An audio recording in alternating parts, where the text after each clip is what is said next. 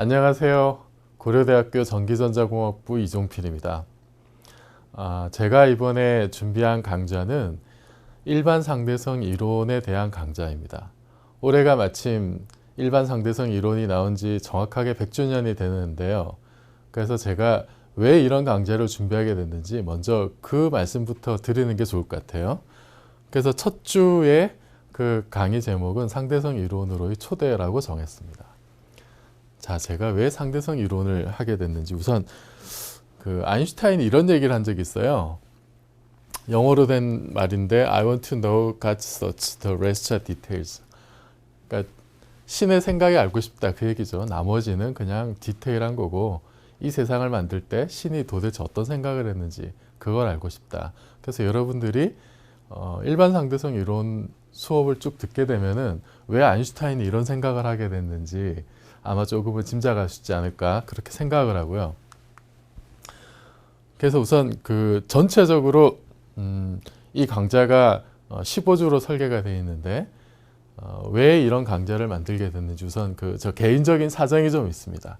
그래서 그 이야기를 먼저 말씀을 드릴까 하는데요. 지금부터 6년 전인 2009년 9월의 어느 날이었어요. 이날 마침 제가 그 독서 동호회에 가서 현대 물리학에 대해서 강의를 할 기회가 있었습니다.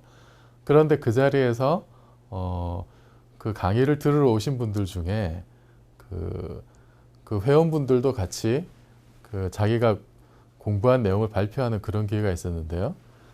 그때 이런 그 회원들이 발표하는 그 슬라이드에 이런 식이 하나 나왔어요. 아마 처음 보실 텐데, 자, G 뮤뉴는 8파이G의 T 뮤뉴. 이 공식을 보신 분이 그렇게 많지 않을 거예요. 그래서 이게 결국 뭐냐면은 그 일반 상대성 이론을 집약한 아인슈타인의 중력장 방정식입니다. 그래서 저도 오랜만에 보는 식이었는데 이거를 일반 독서 동호회 모임에서 저도 보게 될 줄은 꿈에도 몰랐어요.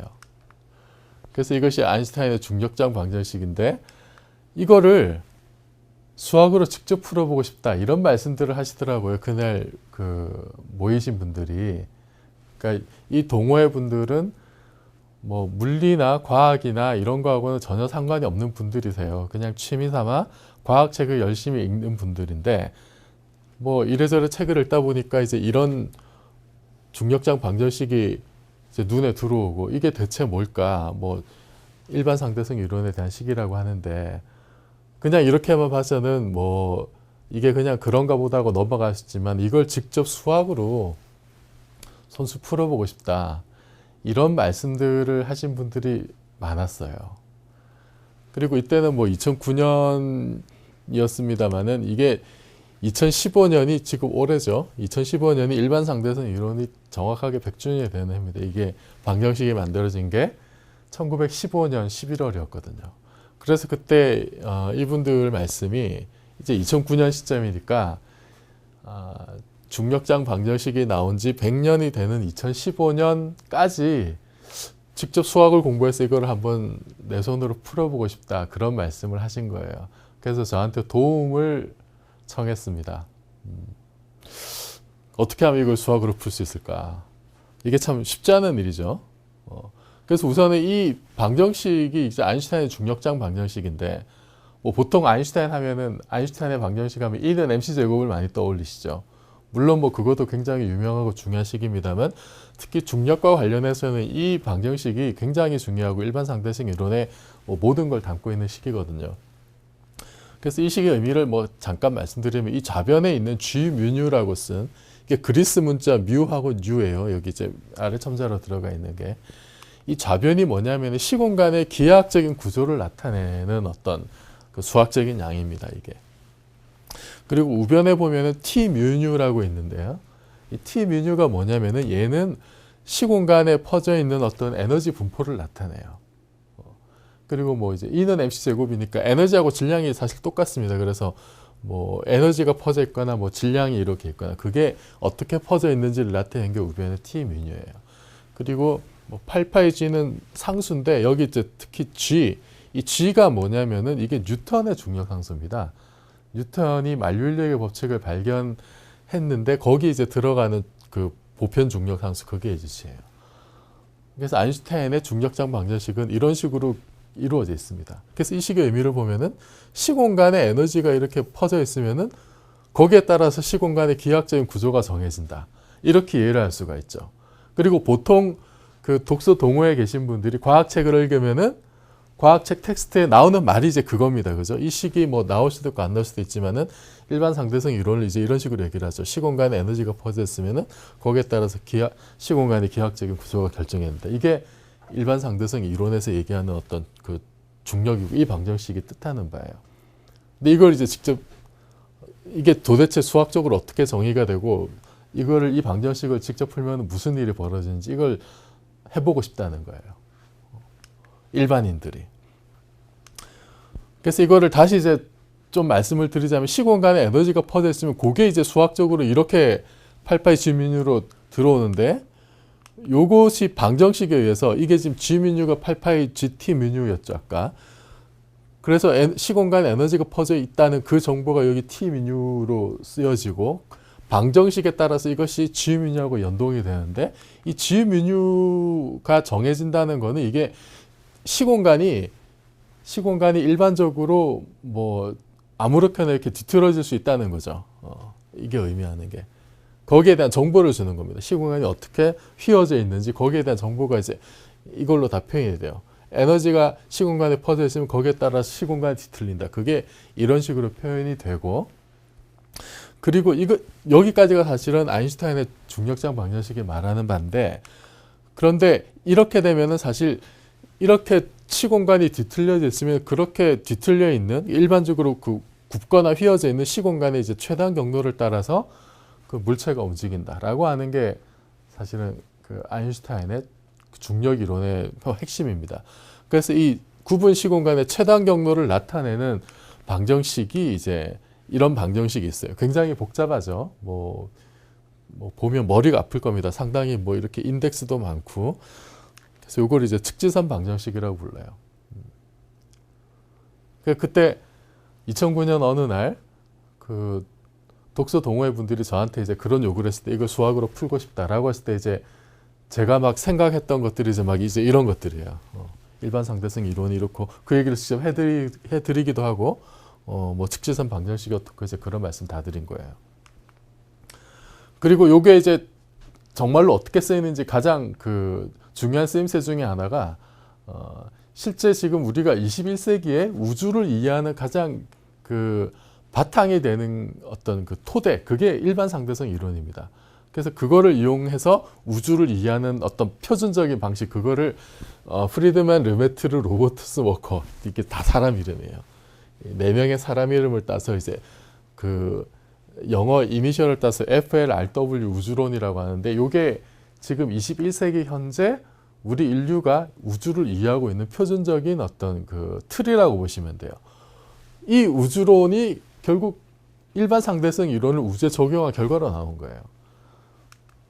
그래서 이게 지금 어떻게 구성이 되어 있는지 간단하게 좀 보여드리면은 우리 우주의 시공간이 굉장히 균질하고 등방적이다. 우주 전체로 봤을 때. 그러니까 여기나 저기나 크게 봐서 뭐 지구나 태양계 수준에서 보면은 우주가 그렇게 균일하진 않죠. 등방적이지도 않고. 그러니까 균일하다는 건 여기나 저기나 똑같다는 거예요. 등방적이라는 건 내가 이제 동쪽을 바라보거나 북쪽을 바라보거나 크게 차이가 없다는 겁니다. 그게 아주 로컬하게 뭐 태양계나 지구 근처에서는 전혀 우주가 균질하거나 등방적이지 않죠. 하지만 우주 전체 스케일로 놓고 봤을 때는 우주 전체 시공간이 균질하고 등방적일 것이다 라고 가정을 하고 그러면 이게 시공간에 대한 어떤 기하학적인 정보를 주는 거죠. 그래서 요 성질을 만족하는 어떤 그 시공간에 대한 수학적인 구조를 이제 로버트슨 워커 측량이라고 불러요. 이게 지금 무슨 말인지는 여러분이 모르셔도 됩니다. 이게 뭔지는 이제 제 15주 강의를 쭉 들으시면은 그러면은 거기서 이제 이런 것들이 쭉 나올 거예요. 이게 지금 무슨 뜻이고 왜 이게 중요한지 지금은 모르셔도 돼요. 근데 어쨌든 이게 시공간에 대한 정보를 주는 거예요. 균질하고 등방적인 시공간을 수학적으로 이렇게 표현할 수 있다는 겁니다. 여기 이제 그 매트릭, 이걸 이제 우리말로 측량이라고 옮겼는데, 이게 결국 뭐냐면은 그 거리를 재는 방식이에요.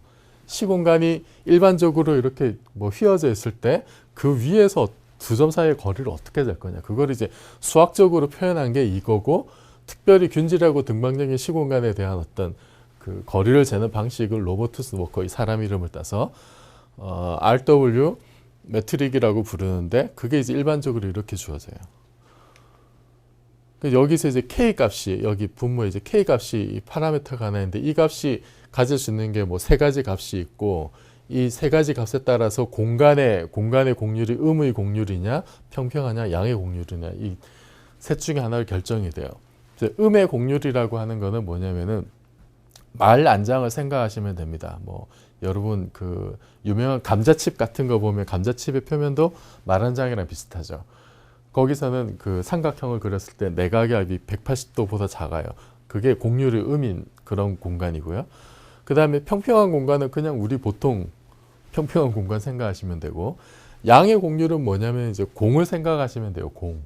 공은 이렇게 생겼죠. 그래서 공 표면에서 삼각형을 그리면은 삼각형 내각의 합이 180도보다 큽니다. 그런 거를 이제 양의 공률이라고, 여기서는 K가 플러스 1인 값인 경우에 해당을 해요. 그래서 지금 로버투스 워커 측량을 쓰면은 이 K 값에 따라서 공간의 공률이 어떤지가 정해지고, 그리고 이제 A라고 하는 양인데, 이게 뭐냐면은 시간에 따른 상대적인 어떤 우주의 사이즈라고 보시면 돼요. 그래서 요거를 그 아인슈타인의 중력장 방정식에, 이게 지금 시공간에 대한 어떤 기하학적인 정보니까 이게 지금 그 좌변에 들어가요. 아인슈타인 방정식에 시공간에 대한 정보, 균질하고 등방적이다. 균질하고 등방적인 가장 일반적인 어떤 시공간의 구조를 수학적으로 이렇게 쓸 수가 있고, 그래서 이거를 아인슈타인 방정식의 좌변에다 이제 대입하게 되는 거죠. 그럼 이제 우변이 남죠. 우변은 이게 뭐라 그랬냐면은 그 시공간에 퍼져 있는 에너지라 그랬어요. 그래서 요거는 뭐 수학적으로 이제 이런 식으로 모델링을 합니다. 완전 유체라고 하는, 뭐 디테일은 지금은 여러분 아실 필요가 없어요. 그러니까 우주에 퍼져 있는 어떤 에너지 상태, 그거를 이제 수학적으로 완전 유체라고 하는 걸로 표현을 하는데, 여기 이제 뭐 P가 압력이고 로우가 뭐 질량 밀도에 해당하는 양이에요. 이걸로 이제 수학적으로 표현할 수가 있는데, 요게 결국 에너지 분포에 해당하는 정보를 주는 겁니다. 그래서 이렇게 들어가요. 그러면은 이게 지금 아인슈타인 방정식의 좌변하고 우변이 다 정해진 거죠. 좌변은 시공간에 대한 정보를 가지고 있는데, 그거는 우주 전체가 균질하고 등방적이다 라고 가정을 해서 이렇게 넣는 거고, 우변에 그 우주에 퍼져 있는 에너지는 완전 유체라 가정하고 이렇게 정보를 때려 넣어요. 그러면 이렇게 놓고 이 방정식을 풀면, 그러면은 뭔가 정보가 나오겠죠. 특히 여기 그 AT라고 하는 그 우주의 사이즈가 상대적으로 얼마나 커지느냐, 그것이 시간에 대한 어떤 변화를 우리가 알 수가 있습니다. 이거를 풀면은 이렇게 그 A에 대한 두 가지 방정식이 나오는데, 이게 그 뭐 여기서 여기 이제 뭐 H라는 값이 이제 허블 상수라고 하는 우주의 팽창 비율을 나타내는 숫자인데, 우주에서 가장 중요한 그 자연의 상수라고 할 수가 있고, 그래서 이 두 방정식을 프리드만 방정식이라고 불러요. 그러니까 이 프리드만, 뭐 이 디테일은 그 이 강좌를 쭉 따라오시면은 이게 어떤 의미이고 여기서 실제 어떻게 유도가 되는지를 아마 직접 체험하실 수가 있을 텐데, 요게 결국은 지금 우리가 21세기 현재 우주를 이해하는 가장 기본적인 방정식이에요. 그러니까 이 아인슈타인의 중력장 방정식을 우주에 적용해서 풀면 우주의 진화에 대해서 우리가 그냥 알 수 있는 겁니다. 책상에서 방정식 몇 개 풀어보면은. 그만큼 위력적이라는 거죠. 자, 그래서 그때 2009년에 그 독서 동호회 갔을 때 거기 계신 분들이 직접 내가 산수로 수학을 써가지고 아인슈타인의 중력장 방정식을 풀고 싶다, 그렇게 막 말씀을 하시고 저한테 이제 도움을 청했어요. 수학을 좀 가르쳐 달라. 저 방정식을 2015년 전까지 풀 수 있게 해달라. 그렇게 막 요구를 많이 하셨는데, 그 요구를 들었을 때 그때 당시 이제 제 머릿속에서 어떤 생각들이 막 떠오르고 스쳐 지나갔는지, 그걸 이제 도식적으로 좀 보여드리자면 이제 이래요. 이게 중력장 방정식이라 그랬죠. 그래서 이 좌변이 시공간이 어떻게 굽어 있는지에 대한 정보를 준다 그랬는데, 요걸 특별히 아인슈타인 텐서라고 불러요. 전문용어로. 그리고 이 G는 아까 말씀드렸듯이 뉴턴 상수고요. 그 우변의 T 미뉴, 이거는 이제 에너지 운동량 텐서라고 부릅니다. 전문용어로. 근데 이 텐서라는 말이 일단 낯설죠. 그죠? 텐서라는 말이 낯섭니다. 텐서는, 이거는 한마디로 말하면 이제 벡터라는 양이 일반화된 거예요. 그럼 또 골치 아프죠. 벡터가 뭐냐? 이렇게 되죠. 벡터는 사실 그 고등학교 수학 과정에서도 나오는 단어인데, 뭐 그때 그 동호회에 계신 분들은 당연히 그냥 일상적인 생업을 사시는 분들이라, 뭐 고등학교 때, 수십 년 전 고등학교 때 배웠던 벡터니 이런 거 다 까먹으신 분들이에요. 그냥 뭐 이 방정식의 의미는 아시는 분들이지만 전문적으로 이게 뭐 벡터가 뭔지 텐서가 뭔지 전혀 모르시는 분들이었어요. 아마 이 강좌를 듣는 분들 중에서도 뭐 많은 분들은 지금 벡터가 뭔지 기억이 가물가물하실 겁니다. 그 벡터라는 거 뭐냐면은, 이게 한마디로 얘기하면 이제 크기와 방향이 있는 양이죠. 크기와 방향이 있는 양이고, 그래서 이걸 다른 얘기로 하면 성분이 있는 양입니다. 그러니까 바람이 분다 그러면은 우리가 바람이 어디서 불어오는지 그 방향을 정하죠. 동남풍이면은 동남쪽에서 불어오는 방향을 동남풍이라고 하듯이 방향이 있어야 돼요. 그리고 크기도 당연히 있고, 이런 거를 벡터라고 그럽니다. 그러니까 방향이 있다라는 걸 좀 다르게 얘기하면 이제 성분이 있다는 얘기예요. X 방향으로 얼마, Y 방향으로 얼마, Z 방향으로 얼마, 이런 식으로 나누어서 그 이해를 할 수 있는 그런 양을 그 벡터라고 불러요.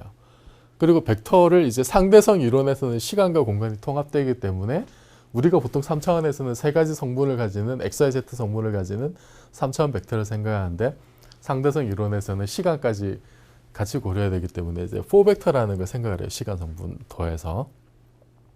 그러니까 지금 여러분들이 이 디테일을 다 아실 필요는 없습니다. 계속 말씀드리지만, 지금 오늘 이 시간에서는 제가 그 전반적인 어떤 내용을 개괄을 하는 거기 때문에, 그리고 지금 이제 이거는 제가 그 수학으로 방정식을 풀고 싶다고 했을 때, 그때 제 머릿속에서 막 이렇게 스쳐 지나가는 생각들이니까 지금 당장 여러분이 이걸 다 아실 필요는 없어요.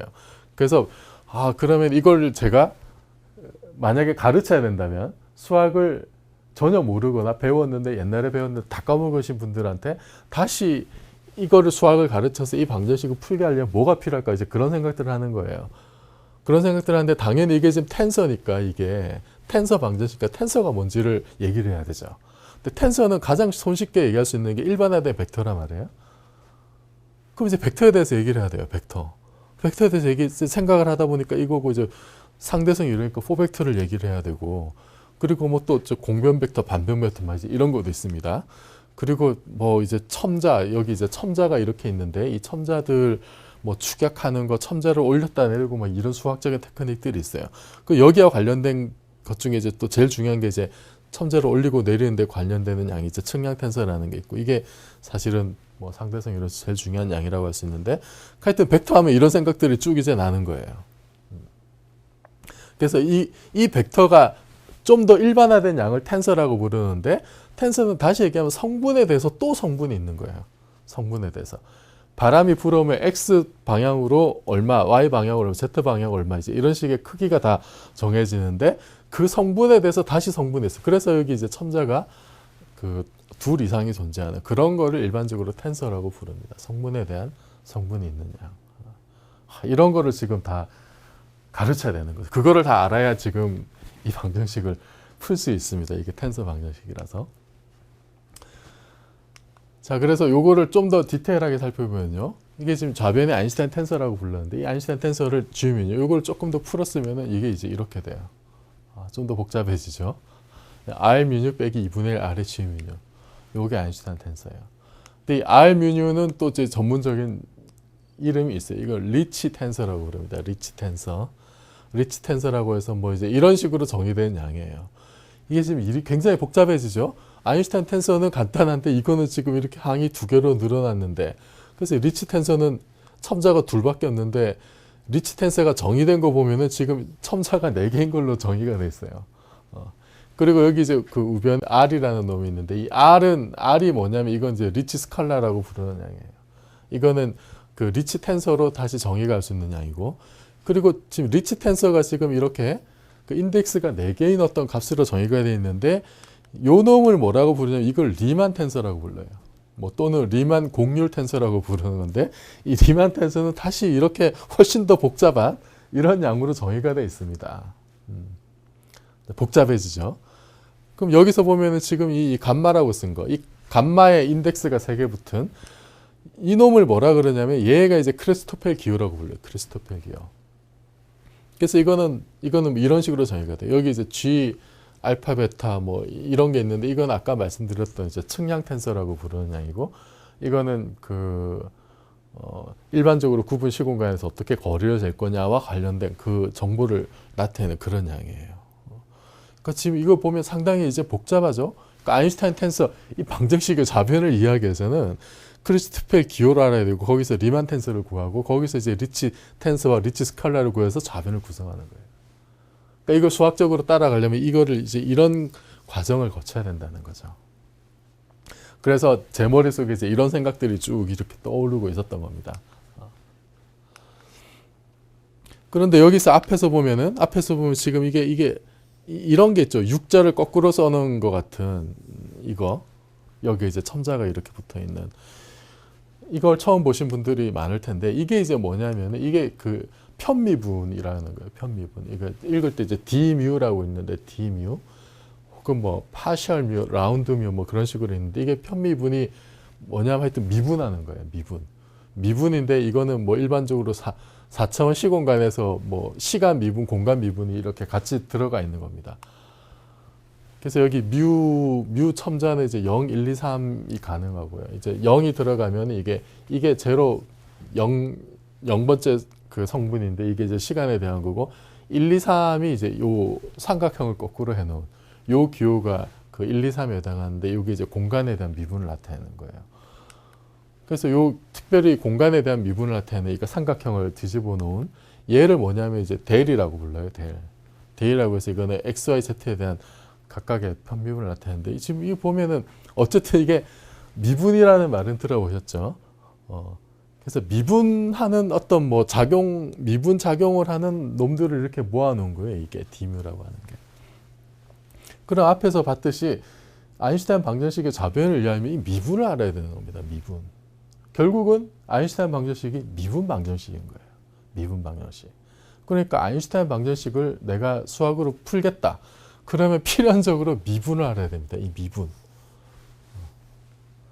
근데 미분 이제 편미분은 정의가 사실 뭐 이렇게 돼요. 뭐 이게 어떤 의미인지는 뭐 나중에 뭐 자세하게 이 강좌 중에 얘기를 하겠습니다만 뭐 이제 특별히 그 여러 개의 변수가 있을 때 특정한 변수만 변화시켰을 때 그 변화율을 나타내는 게 이제 편미분이고요.